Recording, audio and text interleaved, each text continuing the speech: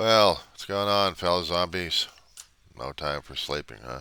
Uh, it's only about 4 o'clock in the afternoon, West Coast time. Yeah, enjoying the news. What's these days? Been driven crazy about what the hell's going on overseas. Middle East is going up in smoke again. They're going after each other left and right. Politicians are still mouthing off left and right. I think they can salvage a deal. They're not going to be able to do it. Right now, 3:54 p.m. on the West Coast time, June 13th, 2025. And yes, we still have the protesters. They're not going to go away. Out here in Los Angeles, California, and the other portions of Southern California, we're not done yet.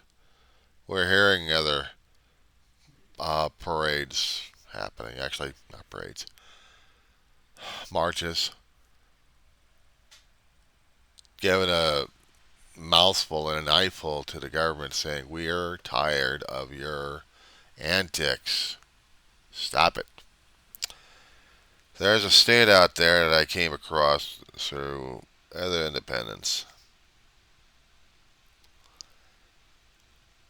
who saw this newscast and chunks of it are flying throughout.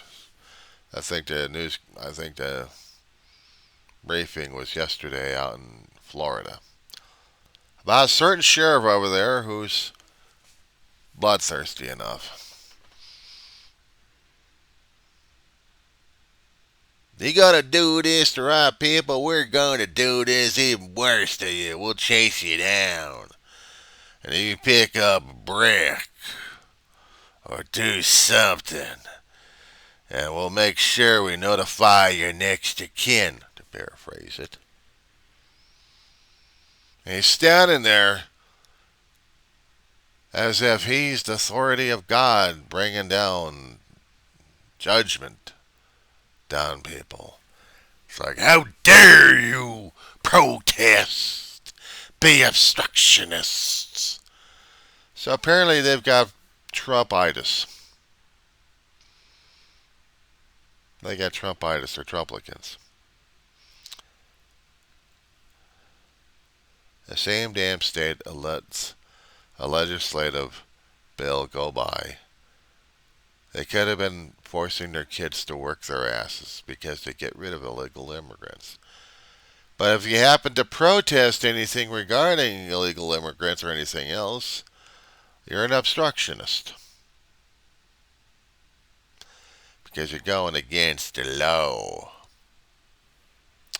Here in California, you know what you say to that?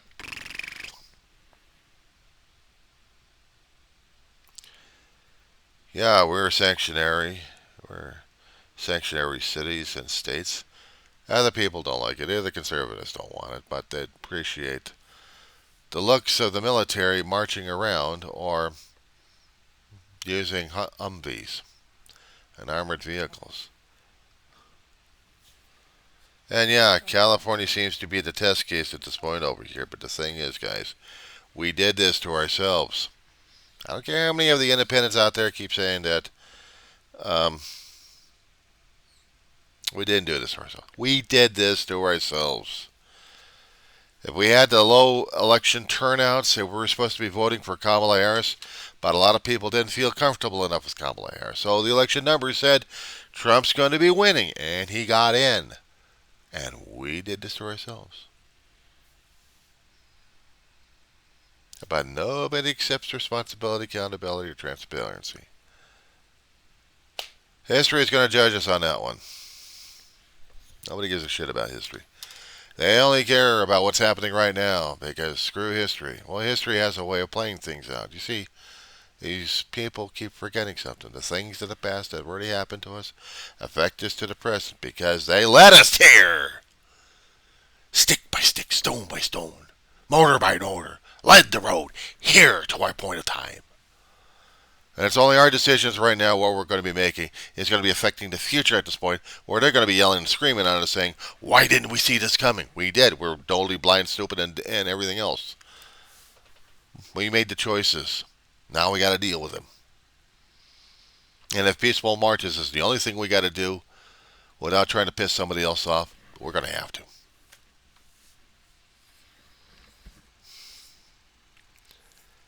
Out here in California, out here in the Southern California regions, we do not want to do the violence. But we do have a few assholes out there who want to make their known on social media. And they're pissed. And other people will take advantage of it. Happens every time there's a riot. Doesn't matter where the hell it is. There's always some people willing to take advantage of it. But the main portions of it are trying to make the point across. We don't want this shit happening. We don't want the ICE agents. We don't want the Marines. And we sure as hell don't want the National Guard all over our damn streets. We don't want people being picked up, and yet the White House lies, saying one thing, and yet they got the increased agencies picking up people left and right. We have to do the protesting. We have to do the yelling and screaming. This is going to be the summer. This is going to be the year for it. We are not going to stop. We're going to tell you guys, we're not going to stop. If you're going to keep having those people camped out here, oh, I hope not. I hope not. If for when, I pray to God that they do, appeals rule in favor of our governor getting back control, Trump's going to have a field day. He's going to send it back over to the SCOTUS. And it's going to be up to SCOTUS at this point over here to make that kind of decision, and they know it. They've been watching.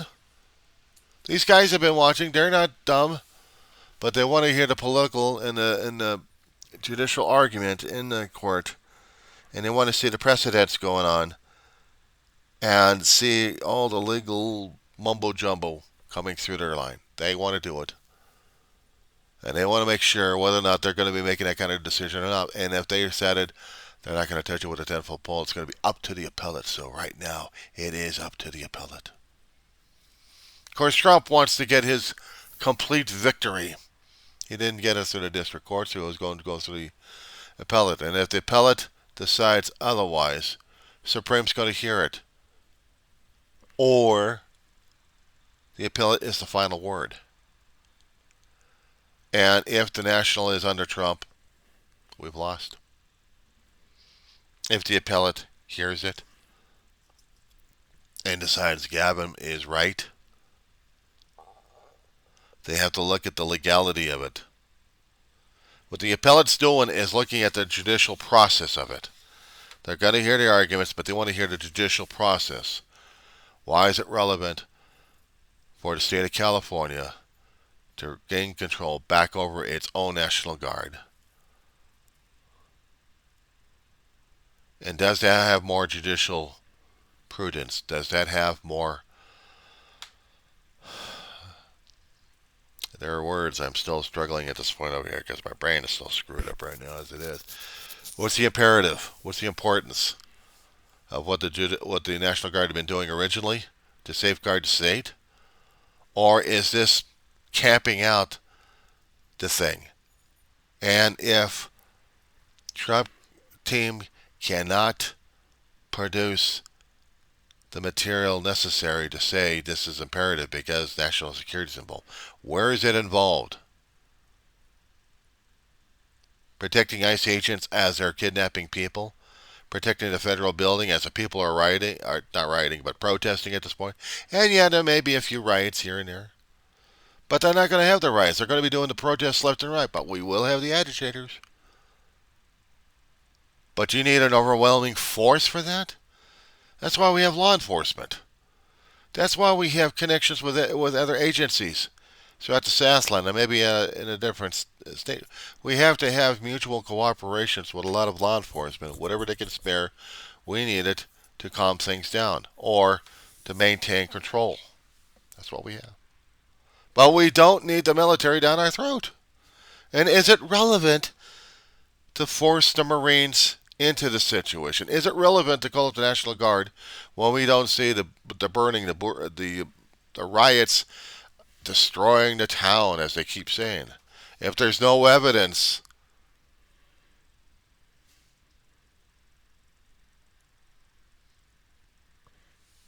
very few places in a certain miles square, but not an expanded throughout the entire city or the state. We don't need them. We're handling it. and attacking a senator in a news conference and arresting him and making lies like that. There are going to be relevance popping up left and right. The main these are the things. These are the things adding to this whatever we got building up here, showing people what kind of a screwed up government we allowed in. Nobody's taking credit for it. Nobody wants to take credit for it. They don't want to accept it, acknowledge it, respond to it. Nothing. We did this to ourselves. We did this to ourselves. I tell the world, we did this to ourselves and to you.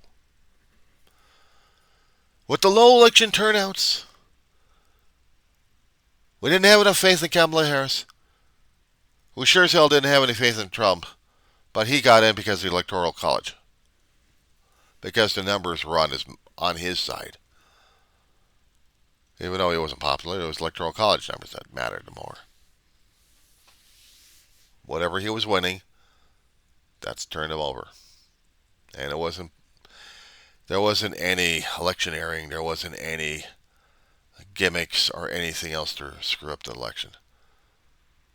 We didn't put enough faith. We didn't put enough faith in Kamala Harris or Biden's team. And Biden,